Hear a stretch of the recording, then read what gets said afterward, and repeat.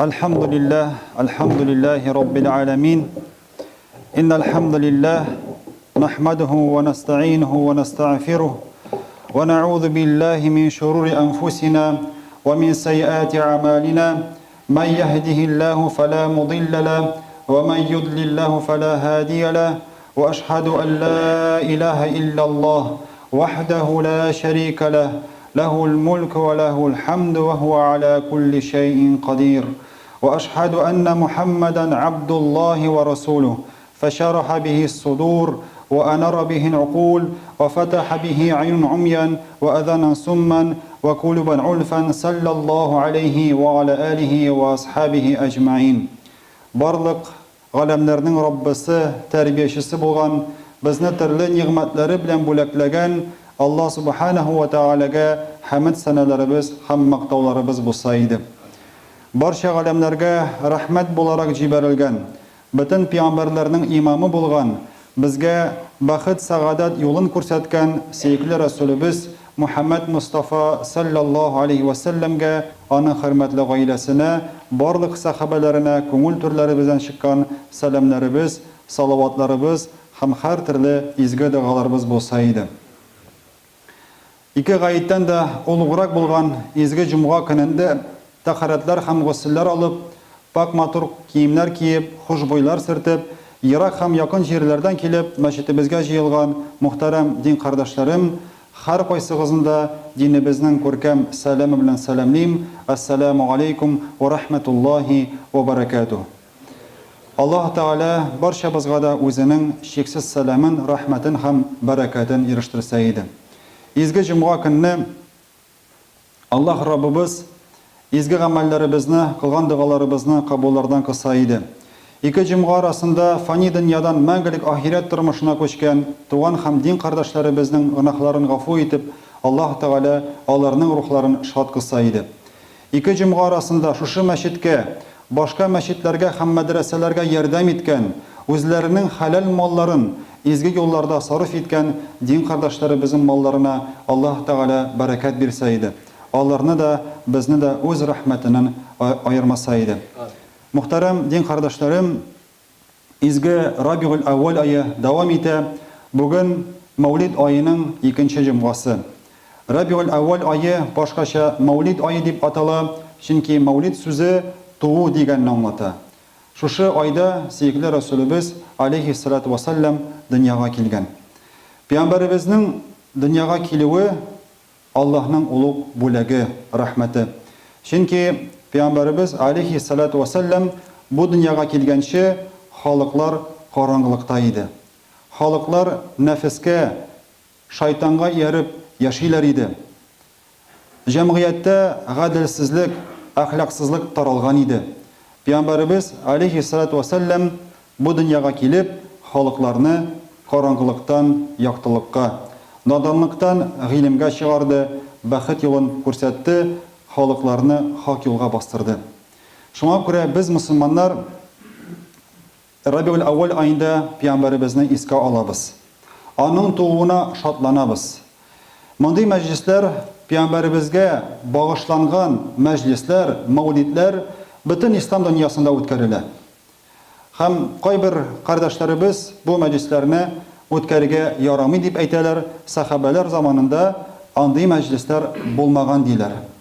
Әйе, сахабалар мәүлидләрне үткәрмәгәннәр. Чөнки шундый мәҗлесләрне үткәрергә ихтияҗ булмаган. Сахабалар Пәйгамбәребезне чын күңелдән яратканнар. Алар аны күреп белгәннәр. Алар аңа ияреп яшәгәннәр. Шуңа күрә аларга Мәүлид көнендә җыелырга, Пәйгамбәребезне искә алырга кирәк булмаган. Алар һәр вакытта аның белән бергә булганнар. Мәүлидләрне үткәрүнең максаты Пәйгамбәребез алейхиссалату вассалам турында белемнәребезне арттыру, аңа карата мөхәббәтебезне арттыру. Бүген көндә күпләребез Пәйгамбәребезне белеп бетермибез. Әле аның турында белемнәребез җитәрлек түгел. Шуңа күрә мәүлидләрне үткәрү мөһим чара. Инде сахабалар Пәйгамбәребезне яратулары турында берничә хадисны китерәсем килә. Көннәрдән бер көнне Сөйкілі Расулыбыз алейхиссалату вассалам бір сахабасын көрген. Қайғырып отырған бір сахабасын көрген, һәм сұрау берген. Нәрсе болды? Нинди проблемаң бар? Һәм бу сахаба жауап берген: "Я Расулулла, бу дөньяда без сине берничә көн күрмәсәк, сине сагынабыз, юксынабыз. Мин ахиратны күз алдына китердем. Син ахиратта җәннәттә булачаксың. Югары урыннарда булачаксың. Без дә Аллаһның рәхмәте белән җәннәткә керербез, ләкин анда без синең белән бергә булырбыз микән? Синсез без анда ничек яшәрбез?" дип уйлап утырам әле дип әйткән. Һәм Пәйгамбәрбез алейхиссалату вассалам аны тынычландырган, ул булай дип әйткән: "Әл-мәр'у ма'a ман ахабба." Һәр кеше үзенең сөйгәне белән, яратканы белән бергә булыр. Әгәр без Пәйгамбәрбезне ихлас күңелдән яратсак, аның сөннәтләрен үтәсәк, аның юлыннан барсак, җәннәттә дә аның белән бергә булачакбыз. Һәм Ибн Хишам үзенең китабында китергән бер вакыйганы да искә төшерәсем килә. Белгәнебезчә, сөйкеле Расулыбыз саллаллаһу алейхи ва саллям Мәдинәдә вафат булган. Пәйгамбәрбез вафатыннан соң күпмедер вакыт узгач, Билал радийаллаһу анху, Пәйгамбәрбезнең муаззине, Мәдинәгә кайта һәм намаз вакыты җиткәч азан әйтә башлый. Аллаһу акбар дип әйтә башлый. Халык Билалның тавышын таный һәм барысы да елый башлыйлар. Пәйгамбәрбезнең шырын күз алдына китерәләр. Пәйгамбәрбез яшәгән елларны күз алдына китерәләр. Һәм Билал радийаллаһу анху ашһаду анна Мухаммадар Расулуллаһ дигән сүзләргә җиткәч, үзе дә елый башлый. Пәйгамбәрбезне сагынып елый башлый һәм азанны дәвам итә алмый. Менә ничек сахабалар Пәйгамбәрбезне яратканнар. Һәм мөхтәрәм җәмәгать, сөйкеле Расулыбыз алейхиссалату вассалам бөтен галәмнәргә рәхмәт буларак җибәрелгән. "Ва ма арсалнака илля рахматан лил аламин." Пәйгамбәрбезне кешеләр генә түгел, барча мәхлуклар көтеп торган. Һәм аның турында барча пәйгамбәрләр белгән. Аллаһ Тәгалә Гимран сүрәсендә әйтә: Аллаһ Раббыбыз барча пәйгамбәрләр белән килешү төзегән. Һәм шушы килешү буенча барча пәйгамбәрләр Пәйгамбәрбез турында хәбәр бирергә тиеш булган. Һәм бу хакта хадисләрдә дә әйтелгән. Пәйгамбәрбезгә килеп киткән барча пәйгамбәрләр сөйкеле Расулыбызны белгәннәр. Мәсәлән, Пәйгамбәрбез алейхиссалату вассалам әйткән: "Мин Ибраһим алейхиссаламның дугасы һәм Гайса алейхиссаламның шатлыклы хәбәре." Ни өчен Пәйгамбәрбез шулай дип әйткән? Чөнки Ибраһим алейхиссалам Кәгъбатулланы төзекләндергәндә дуа кылган: "Я Раббым, шушы җирлектән бер пәйгамбәрне җибәрсәң иде. Ул пәйгамбәр синең сүзләреңне, синең аятларыңны халыкларга җиткерсә иде", дип дуа кылган. Һәм аның дуасы кабул булган. Шушы дуаның нәтиҗәсе Пәйгамбәрбез саллаллаһу алейхи ва саллям. Гайса алейхиссалам үзенең кавымына әйткән: "Миннән соң бер илче киләчәк, һәм аның исеме Әхмәд булачак." Шуңа күрә Пәйгамбәрбез мин Гайса алейхиссаламның шатлыклы хәбәре дип әйткән. Сөйкеле Расулыбыз саллаллаһу алейхи ва саллям күп авырлыклар күргән. Күп сынаулар аша үткән. Белгәнебезчә, ул ятим булып үскән. Пәйгамбәрбез алейхиссалату вассалам бу дөньяга килгәнче аның әтисе вафат булган. Пәйгамбәрбезгә 6 яшь булганда әнисе вафат булган. Пәйгамбәрбезгә 8 яшь булганда бабасы Абдул-Мутталиб вафат булган. Ләкин Пәйгамбәрбез алейхиссалату вассалам бер кашанда күңелен төшермәгән һәм ул Аллаһның тәрбиясендә булган. Пәйгамбәрбез алейхиссалату вассалам әйткән: "Миңа тәрбияне Аллаһ бирде һәм бу тәрбия нинди күркәм булды." Сөйкеле Расулыбыз алейхиссалату вассалам иң итәгатьле, иң юмарт, иң гадел, иң тыйнак, иң игелекле, иң акыллы, иң камил кеше булган. Чөнки аны Аллаһ тәрбияләгән. Шуңа күрә, мөхтәрәм җәмәгать, безгә аның тормышын өйрәнергә, аның турында белемнәребезне арттырырга кирәк. Әгәр без Пәйгамбәрбезнең тормышын яхшы өйрәнсәк, аның күркәм сыйфатларын тирән өйрәнсәк, без күбрәк изгелеккә омтылачакбыз. Күбрәк игелекле гамәлләр кылырга тырышачакбыз. Аллаһ Тәгалә Коръәндә әйтә: "Астаизу билла ва иннака ла'ала хулуқин азим." Дөреслекдә син бөек әхлак иясе ди Аллаһ Раббыбыз пәйгамбәрбез турында.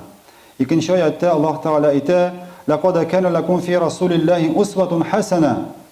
Дөреслекдә Аллаһ Расулында сезнең өчен иң күркәм үрнәк бар. Мөхтәрәм җәмәгать, бүген күп кешеләр эштән кайткач, өйдә ял иткәндә файдасыз тапшырулар карыйлар. Телевизорда бик күп кирәкмәгән тапшырулар. Һәм шушы тапшыруларны карап вакытларын бушка уздыралар. Кайберләребез интернетта утыра. Кирәкмәгән тапшырулар, кирәкмәгән файдасыз булган фильмнар карап вакытларны уздырабыз. Әгәр дә без көн сайын Пәйгамбәрбез турындагы китаптан иң кимендә 5 бит укысак, күпме мәгълүмат алачакбыз. Күпме мәгълүмат алачакбыз. 30 көн дәвамында көн сайын 5 бит укысак, Пәйгамбәрбез турында күпме белемнәр алачакбыз. Шуңа күрә гадәтләник.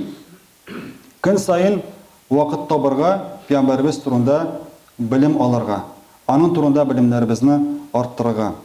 Шул вакытта Аллаһ Тәгалә безнең күңелебезгә аңа карата мөхәббәтебезне арттырачак.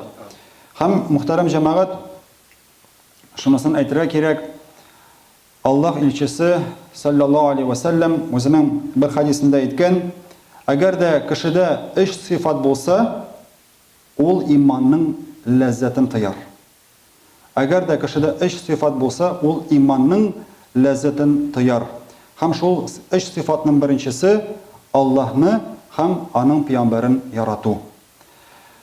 Әгәр дә кеше пәйгамбәрбез Мөхәммәд Мустафа саллаллаһу алейхи ва саллямны яратса, шушы ярату, пәйгамбәрбезгә карата булган мөхәббәт аның гамәлләрендә чагылырга тиеш. Кешеләр белән булган мөнәсәбәттә, күршеләребез белән, дусларыбыз белән булган мөнәсәбәттә пәйгамбәрбезнең сөннәте чагылырга тиеш. Аңа карата булган мөхәббәтебез күренергә тиеш. Мөхәббәтебез сүзләрдә генә түгел, гамәлләребездә чагылырга тиеш. Аллаһ Тәгалә Коръәндә әйтә: "Астаизу билла, кул ин кунтум тухиббуналлаһ фаттабиуни юхбибукумуллаһ." Эй Мөхәммәд алейхиссалату вассалам, әйт кешеләргә: "Әгәр дә сез Аллаһны яратсагыз, миңа иярегез, һәм Аллаһ сезне яратыр." Мөхтәрәм дин кардәшләрем, Пәйгамбәрбезнең уммәте иң хәерле уммәтләрдән санала. Аллаһ Тәгалә Коръәндә әйтә: "Кунтум хайра умматин ухриҗат лин-нас, таъмуруна бил-маъруфи ва танхауна лил-мункари ва туъминуна биллаһ." Менә монда безгә сөенечле хәбәр бирелә. Пәйгамбәрбезгә ияргән, аның сөннәтләрен үтәгән кешеләр иң хәерле кешеләр, иң хәерле уммәт. Һәм монда үткән заманда әйтелгән: "Сез хәерле уммәт булдыгыз. Кунтум хайра умматин." Сез хәерле уммәт булдыгыз. Үткән заманда әйтелгән. Монда кемнәр турында сүз бара? Сахабалар турында сүз бара. Алар иң хәерле уммәт вәкилләре дигән исемгә лаек булганнар. Чөнки алар шушы аятта әйтелгән сыйфатларга ия булганнар. Таъмуруна бил-маъруфи. Алар изгелеккә өндәгәннәр. Башта үзләрен изгелеккә өндәгәннәр, һәм башкаларны изгелеккә өндәгәннәр. Һәм ва танхауна лил-мункари, алар явызлыктан тыйганнар, үзләрен һәм башкаларны. Ва туъминуна биллаһ, һәм алар ихластан Аллаһка ышаналар. Шушы сыйфатларны үзебездә булдырсак, без хәерле уммәт вәкилләре булачакбыз. Изгелеккә өндәү сүз белән генә түгел, үз мөнәсәбәтебез белән, яшәү рәвешебез белән изгелеккә өндәү. Явызлыктан тыю сүз белән генә түгел, моны эшләргә ярамый, тегене эшләргә ярамый дип әйтү генә түгел, үз гамәлләребез белән, үзебезнең яшәү рәвешебез белән күрсәтү. Явызлыктан тыю һәм ихластан Аллаһка ышану. Аллаһ Тәгалә барчабызга да шушы сыйфатларга, шушы дәрәҗәләргә ирешергә насыйп итсен. Инде мөхтәрәм җәмәгать, яна шунысын әйтергә кирәк. Пәйгамбәрбез алейхиссалату вассалам безнең өчен кайгырган, безнең өчен тырышкан, безнең өчен елый-елый дуалар кылган. Ул бу дөньяга килгәч, аның беренче сүзләре уммати, уммати булган. Әй минем умматым дигән. Һәм шуңа күрә без дә аның өчен дуа кылырга тиеш. Һәм аның өчен дуа кылу ул салават әйтү. Салават әйтү ул Аллаһның әмере. Аллаһ Раббыбыз Куръанда әйтә: "Инналлаһа ва малаикатаху юсаллуна алан наби, я аyyuhalladhina аману саллу алейхи ва саллиму таслима."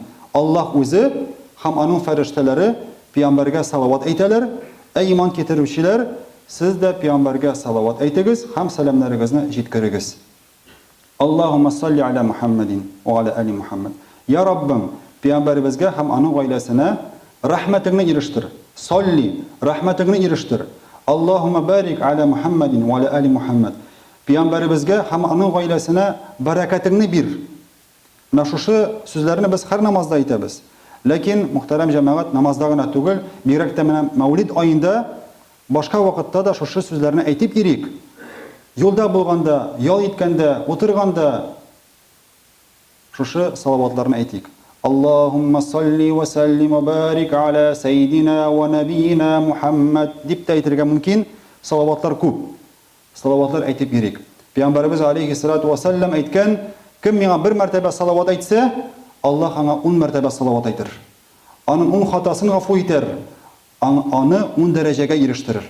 Карагыз, бер салават аркасында күпме ниъмәт бирелә. Икенче хадисләрдә әйтелгәнчә, әгәр без пәйгамбәребезгә салават әйтсәк, аңа сәламнарыбызны җиткерсәк, пәйгамбәребез дә безгә җавап кайтара. Ул да безгә сәлам әйтә. Инде мөхтәрәм җәмәгать, Аллаһ Тәгалә барчабызга да пәйгамбәребез алейхиссалату вассалам турында белемнәребезне арттырырга һәм аның сөннәтләрен үтәргә насыйп итсен. Һәм инде тагын bir-ике хадисны искә төшерәсем килә. Пәйгамбәребез алейхиссалату вассаламның сөннәте гамәлләребездә чагылырга тиеш дип әйттек. Болай дип әйтелгән: "Ман кана ю'мину биллаһи вал яумил ахири фальякул хайран ау лиясмут." Кем Аллаһка һәм ахират көненә иман китергән булса, хәерле сүз сөйләсен яки дәшмичә калсын. Пәйгамбәребез алейхиссалату вассалам һәр вакыт изге сүзләр сөйләгән. Ул гайбәттән, ялган сүзләрдән, кешеләрне рәнҗетерлек сүзләрдән ярак булган. Ул кешеләрне һәр вакытта шатландырган, сөендергән. Телебез аркасында күпме хаталар кылына. Телебез аркасында гаиләләр таркала. Телебез аркасында дуслык җипләре эзелә. Шуңа күрә шушы хадисны истә тотып, һәр вакытта хәерле сүзләр сөйләсәк иде. Һәр вакытта бер-беребезне шатландырсак иде. Бер-беребездә кимчелекләр түгел, яхшы сыйфатларны күрә белсәк иде. Кимчелекләргә игътибар итмик, яхшы сыйфатларга игътибар итик. Әгәр дә кимчелекләр, хаталар күрсәк, кардәшебездә хаталар күрсәк, пәйгамбәребез кебек аның өчен дуа кылыйк. Аның туры юлга басуын телик. Ул күрмәгәндә аның өчен дуа кылыйк. Пәйгамбәребез алейхиссалату вассалам әйткән: "Әгәр берәү үз кардашы өчен дуа кылса, Аллаһ бер фәрештәне җибәрер, һәм ул фәрештә әйтер: 'Я Раббым, бу кылың кардашы өчен дуа кыла. Шундый нәрсәләрне сорый, аңа да шул ук нәрсәләрне бир.'" Без кемдер өчен дуа кылсак, безнең өчен фәрештә дуа кыла торган була. Карагыз нинди фазилат. Бер-беребезгә изгелек телик. Һәр вакытта бер-беребезгә ярдәм итик, изге гамәлләрдә ярдәм итик. Менә шул вакытта без пәйгамбәребезнең сөннәтләрен үтәгән булабыз. Түбәтәйгә, сакалга гына түгел, күркәм сыйфатларга да игътибарлы булсак иде. Мөхтәрәм җәмәгать. Икенче хадистә пәйгамбәребез алейхиссалату вассалам әйткән: "Өч сыйфат мунафикның сыйфаты булыр. Әгәр дә берәүдә шушы өч сыйфат булса, ул мунафиклардан булыр. Беренчесе вәгъдәне үтәмәү. Икенчесе ялган сүзләр сөйләү. Һәм өченчесе әманәткә хыянат итү. Менә шушы сыйфатларны истән чыгармасак иде. Вәгъдәне үтәмәү, бүген кайберләр вәгъдә бирәләр, вәгъдәләрен оныталар, үтәмиләр. Ялган сүзләрдән сакланыйк һәм әманәткә хыянат итмик. Ягъни безгә бер әйбер бирелә сакланырга. Һәм вакыты җиткәч без ул әйберне кайтарырга тиеш. Зарар китермичә. Менә әйберләрне биргәндә сакларга бирелгән әйберләрне биргәндә ул әйберләрне, ул нигъмәтләрне саклыйк һәм вакытында хуҗаларына кайтарыйк. Инде Аллаһ Тәгалә һәркайсыбызга да шушы хадисләрне истә тотып, Пәйгамбәребезнең сөннәтләрен үтеп, аның Аллаһ Тәгаләнең шиксез рәхмәтенә ирешергә насыйп булсын. Баракаллаху лана ва лакум фил Кур'анил азим ва нафa'na ва iyyakum bil ayati wa dhikril hakim innahu huwal ghafurur rahim al jawadul karim al aliyyul azim as-sami'ud du'a.